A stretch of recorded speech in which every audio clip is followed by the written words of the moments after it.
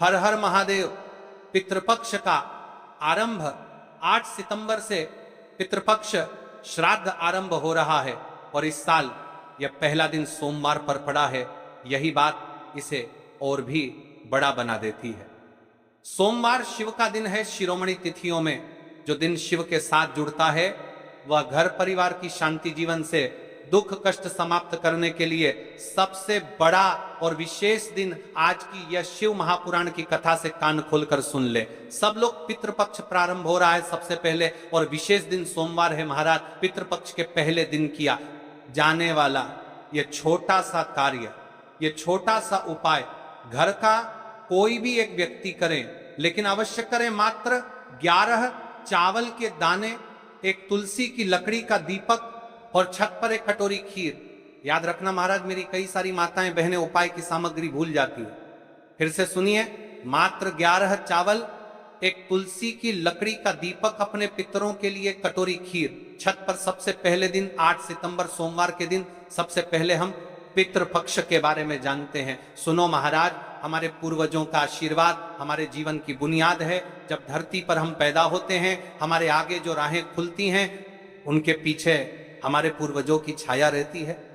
यदि आपसे आपके पितृ नाराज है और आपको पता भी नहीं है कि आपने ऐसा कौन सा कार्य करिए, यदि आपके जीवन में दुख है, कष्ट है, बड़े बड़े पूजा पाठ अनुष्ठान करवाते रहते हो फिर भी सफलता प्राप्त नहीं होती है, जीवन में पूरी तरीके से क्लेश है तुम्हारा, आज ये सिर्फ पितृदोष, काल सर्प दोष, इनकी वजह से बार बार असफलताएं, धन का टलना, घर में कलह, उनके कारण अनेक होते हैं।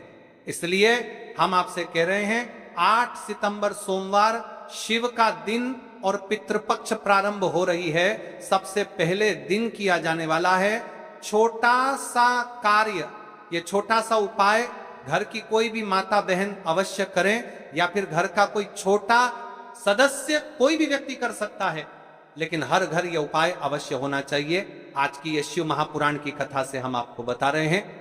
पितृपक्ष का आरंभ कई परंपराओं के अनुसार उन धन राशियों, निर्णयों और कर्मों को संतुलित करने का समय है जिससे पूर्वजों की संतुष्टि बनी रहे। जब पितरों को श्रद्धा से स्मरण किया जाता है, उन्हें भोजन दान दिया जाता है और उनके लिए उचित कर्म समर्पण होता है, तो वे अपने आशीर्वाद से परिवार पर कृपा करते हैं।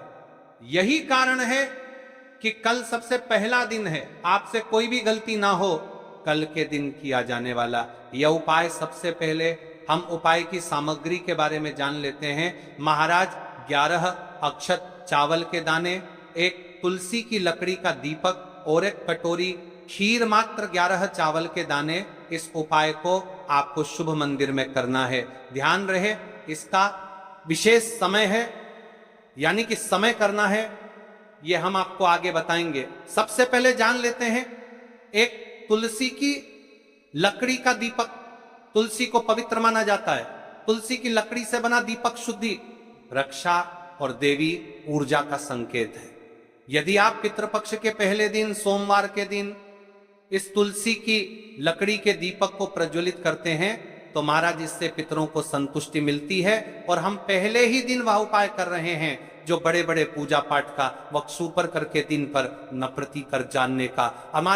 महाराज पूजा पाठ करें, कामना करना महाराज अनुष्ठान में किए जाते हैं। यानी तुलसी की लकड़ी का दीपक, हम कोई साधारण दीपक की बात नहीं कर रहे हैं, इसलिए आपको उपाय को अच्छे तरीके से करना है। एक कटोरी खीर, ये अपने पितरों के लिए। लेकिन इस उपाय को आपको किस समय करना है, इसका भी एक निश्चित समय है महाराज, तो वीडियो के अंतिम तक बने रहिएगा। देखिए, हम इस विशेष पितृपक्ष में राशि से जुड़ा भाग्य भी बता रहे हैं और भाग्य में चल रही परेशानियों को भी बता रहे हैं। यदि आपके जीवन में कोई परेशानी चल रही है तो आप कमेंट बॉक्स में अपना नाम और अपनी राशि अवश्य लिखें। अगली कथा में हम आपको बताएंगे आपकी राशि से जुड़ा भाग्य। अब बात कर लेते हैं उपाय के बारे में। देखिए महाराज, कई सारे उपाय ऐसे रहते हैं जिन उपायों को करने के लिए पूरे घर परिवार में से एक ही सदस्य योग्य रहता है। तो अब बात कर लेते हैं कि इस उपाय को कौन कौन व्यक्ति कर सकता है। यह उपाय किसी भी परिवार के सदस्य द्वारा किया जा सकता है। पुरुष, महिला, युवा या वृद्ध पर अनुभव कहता है कि यदि घर की कोई बड़ी माता बहन इसे शुद्ध भाव से करे तो प्रभाव थोड़ा तीव्र व शीघ्र दिखाई देता है, इसलिए परंपरा में महिलाओं का यह भूमिका मान्य रही है। पर यह कोई कठोर नियम जिनके परिवार में धन लाभ टिकता नहीं, जिनके घर में बार बार कलह और झगड़े होते हों, जिनके कार्य अटक जाते हों, जिनके मन में यह संशय रहे कि पुरखों की असंतोष की वजह से बाधाएं हैं। पर ध्यान रहे, ये उपाय किसी के खिलाफ करने के लिए नहीं है, ये अपने ही घर के कल्याण के लिए है महाराज। उपाय की ओर आगे बढ़ने से पहले जान लीजिए, आज की कथा में आया एक पत्र, जिस महिला ने पिछले वर्ष पितृपक्ष प्रारंभ होने से पहले इस उपाय को किया था, उसके साथ क्या चमत्कार हुआ। माया जी एक छोटे शहर की गृहिणी थी, उनके घर में पिछले 3 साल से आर्थिक अस्थिरता छाई हुई थी। कमाने के बाद पैसे टिकते ही नहीं थे, पति के व्यापार में अवरोध, बच्चों की पढ़ाई में बाधाएं। माया रोज पूजा करती और मंदिर जाती, पर मन में खालीपन रहता। 8 सितंबर को उन्होंने पति की सलाह से जो व्यस्त थे, घर की छत पर सादगी से 11 अक्षत, एक तुलसी की लकड़ी का दीपक और एक कटोरी खीर रखी, और सबसे पहले मन से अपने पूर्वजों का स्मरण करके कहा, हे मेरे पूर्वजों, यदि किसी प्रकार की असंतोष हुई हो तो क्षमा करो, यह मेरा सादर समर्पण है। कुछ ही हफ्तों के भीतर उनके पति को पुराने कर्ज का एक हिस्सा माफ हुआ। एक पुराना क्लाइंट वापस आया, घर में पहले जैसी हंसी लौटी। माया का कहना था, मुझे बड़ा चमत्कार नहीं चाहिए था, मुझे बस अपने पूर्वजों का आशीर्वाद चाहिए था, और उन्होंने वह दे दिया। यदि उनके साथ चमत्कार हो सकता है महाराज, तो आपके साथ क्यों नहीं, क्या भरोसा। अगला पत्र इस व्यासपीठ पर आपका हो। अब जान लेते हैं राशि से जुड़ा भाग्य, जिन्होंने कल की पिछली कथा में कमेंट किया था। कल की 2 विशेष मुख्य राशि, सबसे पहले राशि है कर्क, घर परिवार और भावनात्मक तालमेल के मामले में कर्क राशि के लोगों पर आज का दिन विशेष रूप से अनुकूल सिद्ध होता है। यदि आप कर्क राशि के हैं और परिवार में कलह, अस्थिरता है, आज का संकल्प आपकी स्थिति को शांत करने में सहायक होगा। दूसरी राशि है मकर, स्थायित्व और आर्थिक उन्नति के मामले में मकर राशि के लोग अक्सर मेहनती होते हैं, पर रुकावटें उनके प्रयासों में आ सकती हैं।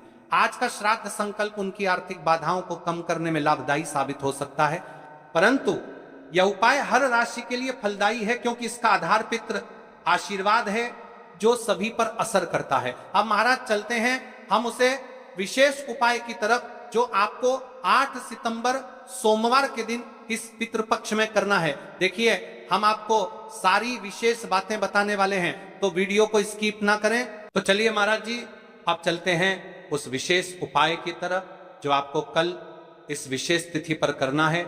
और इस विशेष पावन पर्व पर हम जिस उपाय की चर्चा करने जा रहे हैं, वह अत्यंत ही दुर्लभ और शक्तिशाली है। यह उपाय न केवल भक्त की मनोकामनाओं को पूर्ण करता है, बल्कि उसके जीवन के समस्त कष्टों का निवारण भी करता है। उपाय की सामग्री देखिए, महाराज मात्र तुलसी की लकड़ी से बना दीपक, 11 चावल के दाने और 1 चुटकी हल्दी। ये तीनों वस्तुएं देखने में सामान्य प्रतीत होती हैं, परंतु इनका महत्व और शक्ति अद्भुत है। जब इन्हें सही विधि से सच्चे मन और श्रद्धा के साथ शिव मंदिर में प्रयोग किया जाता है, तब यह उपाय अलौकिक परिणाम प्रदान करता है। किसी भी धार्मिक कार्य का प्रारंभ बिना गणपति पूजन के अधूरा है। इसीलिए हम सबसे पहले विघ्नहर्ता, मंगलकर्ता, प्रथम पूज्य श्री गणेश जी को प्रणाम करते हैं। हे गणेश जी, हमारे जीवन से विघ्नों का नाश करो, सुख, शांति और समृद्धि प्रदान करो। और आज जो उपाय हम करने जा रहे हैं, उसमें कोई भी बाधा न आने दो। वक्रतुंड महाकाय सूर्य कोटि समप्रभ निर्विघ्नं कुरु मे देव सर्व कार्येषु सर्वदा। देखिए महाराज जी, अब हम बात कर लेते हैं सबसे पहले उपाय के बारे में। तो देखिए, तुलसी की लकड़ी का दीपक, 11 चावल के दाने और 1 चुटकी हल्दी। तो सबसे पहले आपको हम दीपक के बारे में बताते हैं। तुलसी की लकड़ी का दीपक, तुलसी माता का वर्णन शास्त्रों में अत्यंत पवित्र माना गया है। तुलसी के बिना कोई भी पूजन अधूरा है। यद्यपि शिवजी को तुलसी अर्पित नहीं की जाती, परंतु तुलसी की लकड़ी का उपयोग जब दीपक के रूप में किया जाता है, तो यह विशेष ऊर्जा उत्पन्न करती है। यह दीपक भक्त की मनोकामना पूरी करने में सहायक होता है। अब देखिए महाराज जी, 11 चावल के दाने का महत्व जानिए। चावल शुद्धता और समर्पण का प्रतीक है। हर दाना अखंडता और पूर्णता का द्योतक है। 11 अंक स्वयं में शक्तिशाली है। यह एकता और आध्यात्मिक जागृति का प्रतिनिधित्व करता है। जब 11 चावल शिवलिंग पर अर्पित किए जाते हैं तो यह 11 इंद्रियों का नियंत्रण और शुद्धिकरण करता है। मात्र एक चुटकी हल्दी हल्दी मां भगवती का प्रिय है और यह सौभाग्य, आयुर्वेद और पवित्रता का प्रतीक है।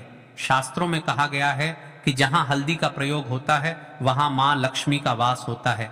इसलिए जब इस हल्दी प्रयोग शिव मंदिर में किया जाता है तो यह शिव शक्ति और लक्ष्मी दोनों की कृपा प्रदान करता है। पितृपक्ष है। अब कई सारे लोग प्रश्न करेंगे कि महाराज जी, ना ही शिव जी को तुलसी समर्पित कर सकते हैं और ना ही इस उपाय को किया जाता है। तो देखिए, इस उपाय को आपको शिव मंदिर की चौखट पर करना है। यह जो दीपक हम प्रज्वलित करेंगे ये शिव मंदिर की चौखट पर करेंगे। तुलसी का संबंध आध्यात्मिक शांति, मानसिक स्थिरता और रोग नाश से है। जब तुलसी की लकड़ी का दीपक जलता है तो घर या मंदिर के आसपास की नकारात्मकता तुरंत दूर हो जाती है। महाराज जी, आपको इस तुलसी की लकड़ी के दीपक के बारे में हम आपको सबसे पहले बताते हैं। हालांकि आपके तीनों उपाय को साथ में ही करना है, लेकिन सबसे पहले और प्रथम तुलसी की लकड़ी का दीपक तो देखिए। तुलसी की लकड़ी प्राप्त करना, यदि घर में तुलसी का पौधा है तो उसकी जड़ के पास की नरम लकड़ी लेनी है। यदि घर में तुलसी का पौधा नहीं है तो बाजार से भी तुलसी की लकड़ी खरीदी जा सकती है। कई सारे घरों में तुलसी का वृक्ष नहीं होता है तो आप यह भी कर सकते हैं। ध्यान रहे, यदि आप किसी और के घर से ले रहे हैं, दक्षिणा अवश्य दें। बिना दक्षिणा के तुलसी लेना अशुभ माना जाता है। लकड़ी को तैयार करना, तुलसी की लकड़ी को छोटे टुकड़े में काटकर उसकी बत्ती बनानी है। उस बत्ती पर कपास रुई लपेटना है ताकि वह दीपक में ठीक से जल सके। अब यहाँ पर महाराज जी, कई सारे लोग प्रश्न करते हैं कि दीपक हमें आटे का लेना है या फिर हमें दीपक मिट्टी का लेना है। तो देखिए, आपको मिट्टी का दीपक का प्रयोग करना है क्योंकि हम तुलसी के लकड़ी के दीपक वाला उपाय कर रहे हैं। ठीक है, दीपक केवल मिट्टी का होना चाहिए, पीतल, कांसे या किसी धातु का दीपक इस उपाय में उपयोग नहीं करना।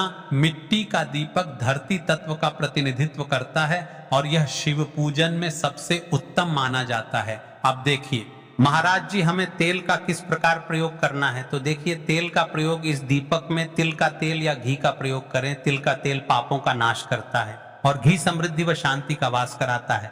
अब कई सारे लोग प्रश्न करते हैं कि महाराज जी, आपने हमें यह तो बताया ही नहीं कि कितने दीपक का उपाय करना है। आखिर दीपक कितने बने हैं, तो देखिए कितने दीपक जलाने। यदि समस्या बहुत बड़ी है, जीवन में गहरा संकट है, तो 5 दीपक जलाने चाहिए। यदि सामान्य कामना है तो 1 दीपक भी पर्याप्त है। हर दीपक जलाते समय यह भावना रखें कि हे भोलेनाथ, यह दीपक मेरी अंधकारमय जीवन राह को प्रकाशमय करे। जेके महाराज जी, तुलसी के लकड़ी के दीपक वाला उपाय है, यह कोई साधारण उपाय नहीं है। तो आपको क्या क्या सावधानी बरतनी है। दीपक को शिवलिंग पर प्रत्यक्ष रूप से न रखें, इसे मंदिर की चौखट पर या बनाए गए स्वस्तिक पर रखें। दीपक जलाते समय मन में शुद्ध भाव होना चाहिए। बुझने के बाद उसकी राख को पवित्र स्थान पर ही विसर्जित करें। महाराज जी, जैसे ही तुलसी की लकड़ी का दीपक जलता है वैसे ही साधक को एक अलग ही शांति का अनुभव होता है। मन का तनाव समाप्त होता है। आंखें बंद करके जब दीपक की लौ के सामने बैठते हैं तो लगता है कि यह लौ सीधे आत्मा से संवाद कर रही है। यह लौ मानो भगवान शिव के आशीर्वाद का प्रतीक बन जाती है। अब देखिए महाराज जी, हम बात कर लेते हैं 11 चावल के दाने वाले उपाय के बारे में। ठीक है, 11 चावल का धार्मिक महत्व। महाराज जी, चावल अन्न भोजन का साधन नहीं है, बल्कि इसे पूर्णता, शुद्धता और अखंडता का प्रतीक माना गया है। वेदों और पुराणों में अन्न को अन्न देवता कहा गया है। अन्नमा ब्रह्मेति व्यजानात्, यह उपनिषद का कथन है, अर्थात अन्न स्वयं ब्रह्म है। इसलिए जब भक्त शिव जी को चावल अर्पित करता है तो वह केवल एक दाना नहीं चढ़ाता, बल्कि अपनी आत्मा और जीवन का समर्पण करता है। अब सबसे महत्वपूर्ण प्रश्न उठता है कि 11 चावल ही क्यों? शास्त्रों में कहा गया है कि मनुष्य के शरीर में 11 इंद्रियां होती हैं। जब भक्त 11 चावल के दाने शिव जी को अर्पित करता है, अपनी 11 इंद्रियों को भगवान को समर्पित करता है। यह समर्पण साधक के भीतर शुद्धि और संयम लाता है। अब देखिए महाराज जी, चावला के दाने कहां से लेने हैं, कैसे लेने हैं, इस बात पर चर्चा कर लेते हैं, क्योंकि कई सारे लोगों को मन में यह भी प्रश्न रहता है। घर में रखे चावल का प्रयोग किया जा सकता है, चाहो तो दुकान से भी ले सकते हो। ध्यान रहे, चावल अखंड और शुद्ध होने चाहिए। टूटे हुए दाने अशुभ माने जाते हैं। 11 दानों को अलग करके एक छोटे डिब्बे या पुड़िया में सुरक्षित रखना है। चावल अर्पण की विधि अब सुनिए महाराज। चावल के दानों का प्रयोग कैसे करना है? अब देखिए महाराज जी, जैसे ही आपके चावल के दाने आप एक पुड़िया में रख लेते हैं, अब आपको शिव मंदिर में जाकर के इस उपाय को करना है। तो देखिए आप एकदम स्वच्छ जल से नाहट होकर के शिव मंदिर पहुंचे और आपको इस उपाय को करना है। तो देखिए कई सारी मेरी अन्य माताएं बहनें रहती हैं जो शिव मंदिर में जाती से ही दूसरी अन्य माता बहनों से